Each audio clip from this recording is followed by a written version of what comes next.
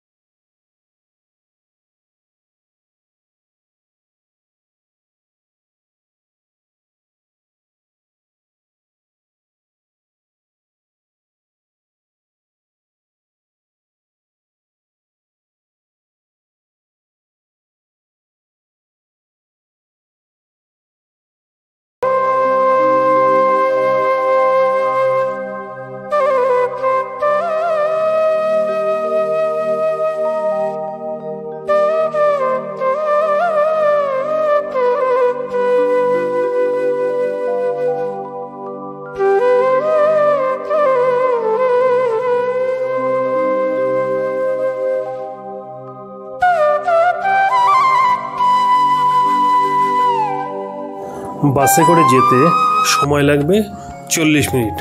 আপনাকে এই মোড়টাতে নামিয়ে দেবে।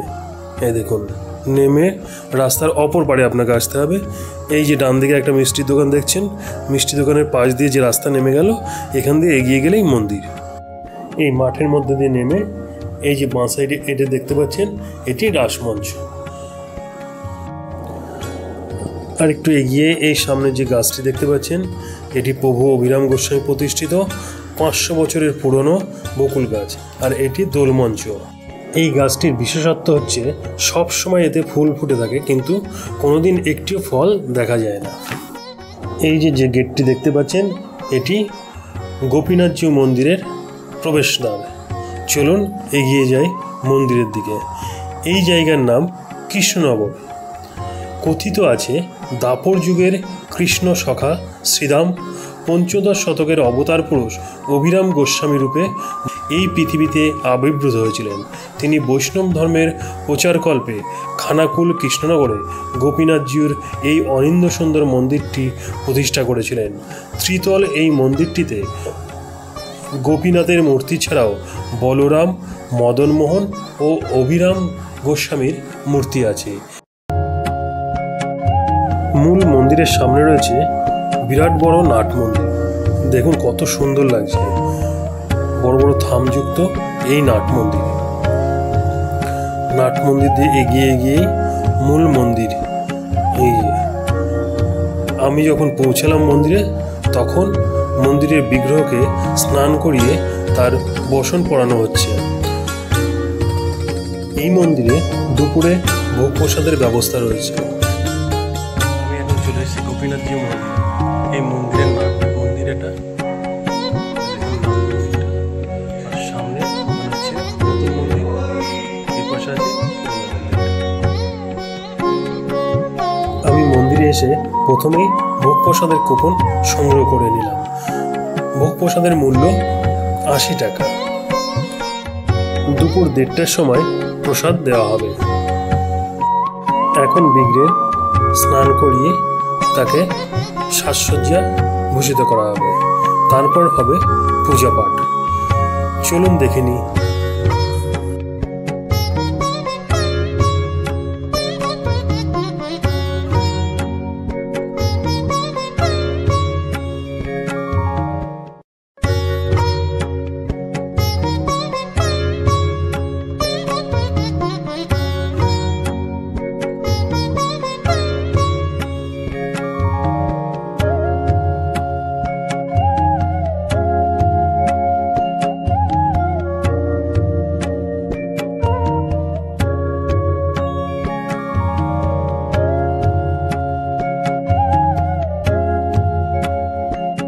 এই মন্দিরের পাশেই রয়েছে আরেকটি মন্দির।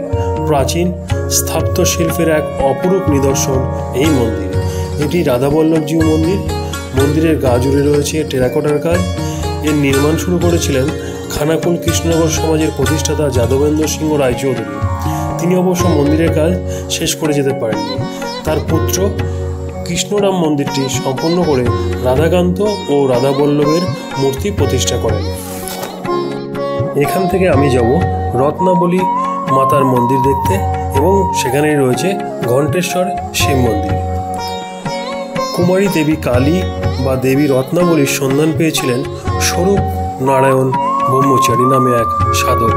স্থানীয়দের বিশ্বাস এটি একটি সতীপীঠ। এখানে দেবীর ডান স্কন্ধ পড়েছিল বলে মন্দির গাত্রে উল্লেখ রয়েছে। জানা যায় সাধক স্বরূপ নারায়ণ বা স্বরূপানন্দ স্বপ্নাদেশ পেয়ে মায়ের শিলামূর্তির সন্ধান পান। পরে মায়ের মূর্তি তৈরি করে পূজা করতে থাকেন। এই মন্দিরের পাশেই রয়েছে কানা দ্বারকেশ্বর বা রত্নাকর নদী, আর তার পাশেই রয়েছে মহাশ্মশান। এই নদীর তীরেই রয়েছে ঘণ্টেশ্বর মন্দির। মূল দেবতা শিব। সুন্দর মন্দিরের গর্ভগৃহে রয়েছে স্বয়ম্ভু শিবলিঙ্গ। মন্দিরটি আনুমানিক প্রায় 600 বছর আগে নির্মিত।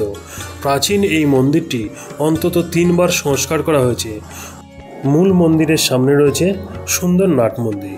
সেই নাট মন্দিরের দেওয়ালে ওপরের দিকে রয়েছে পৌরাণিক বিভিন্ন কাহিনীর চিত্র। চলুন এবার মূল মন্দিরের ভেতরে গর্ভগৃহে প্রবেশ করে বাবা ঘণ্টেশ্বরের দর্শন লাভ করি। চৈত্র মাসে গাজনের সময় এখানে প্রচুর ভক্তের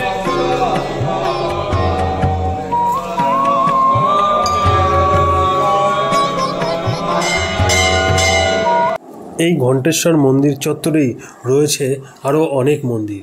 রয়েছে মা বিশালাক্ষী, অন্নপূর্ণা, মা ষষ্ঠী, ধর্মরাজ এবং রাধাকৃষ্ণের যুগল বিগ্রহ, গৌরনিতাই, মা আনন্দময়ী, শ্মশানকালী প্রমুখ দেবদেবী। এই মন্দির ঘুরে আমি এখন যাচ্ছি রঘুনাথপুরে। সেখানে রয়েছে ভারতীয় নবজাগরণের জনক ও সমাজ সংস্কারক রাজা রামমোহন রায়ের বাড়ি।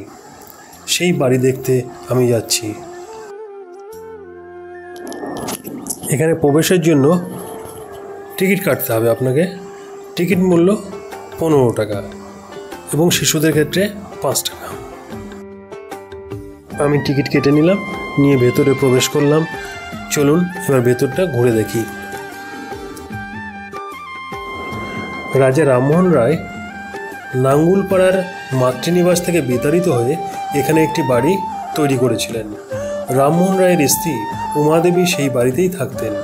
রামমোহন রায় মাঝে মাঝে কলকাতা থেকে এসে এখানে থাকতেন। সেই বাড়ির এখন শুধু চারপাশের দেওয়ালগুলি দাঁড়িয়ে রয়েছে। এই দেখুন।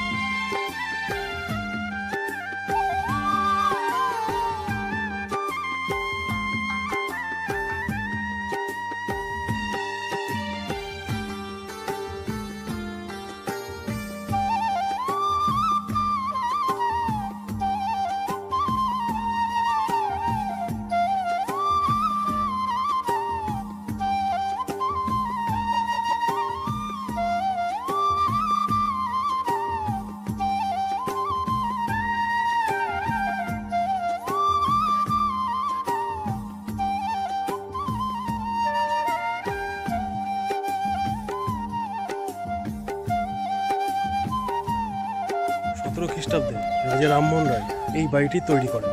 এখানে তার স্ত্রী উমাদেবী থাকতেন এবং তিনি মাঝে মাঝে এসে এই বাড়িতে থাকতেন। এই বাড়ির বর্তমানে এই দেওয়ালগুলো রয়েছে এই অবস্থায় দেখুন।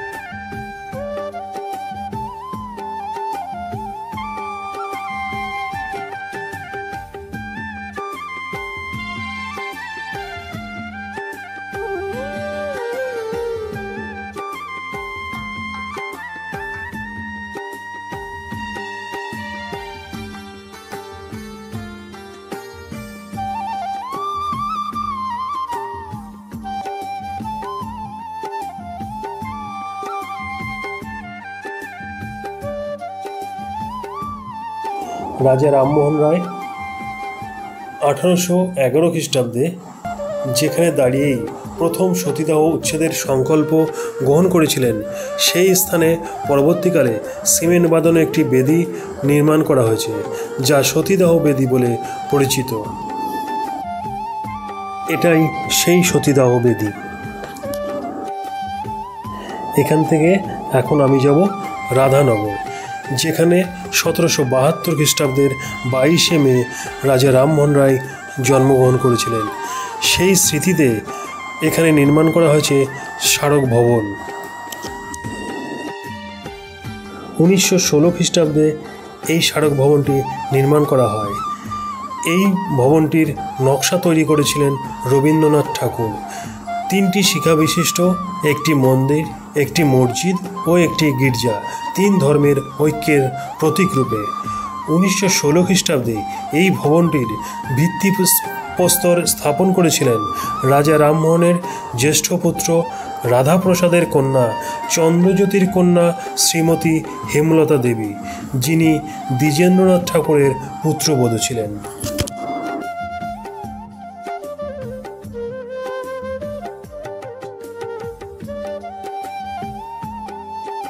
এটি ইংল্যান্ডের ব্রিস্টলে অবস্থিত রাজা রামমোহন রায়ের সমাধি স্মারক।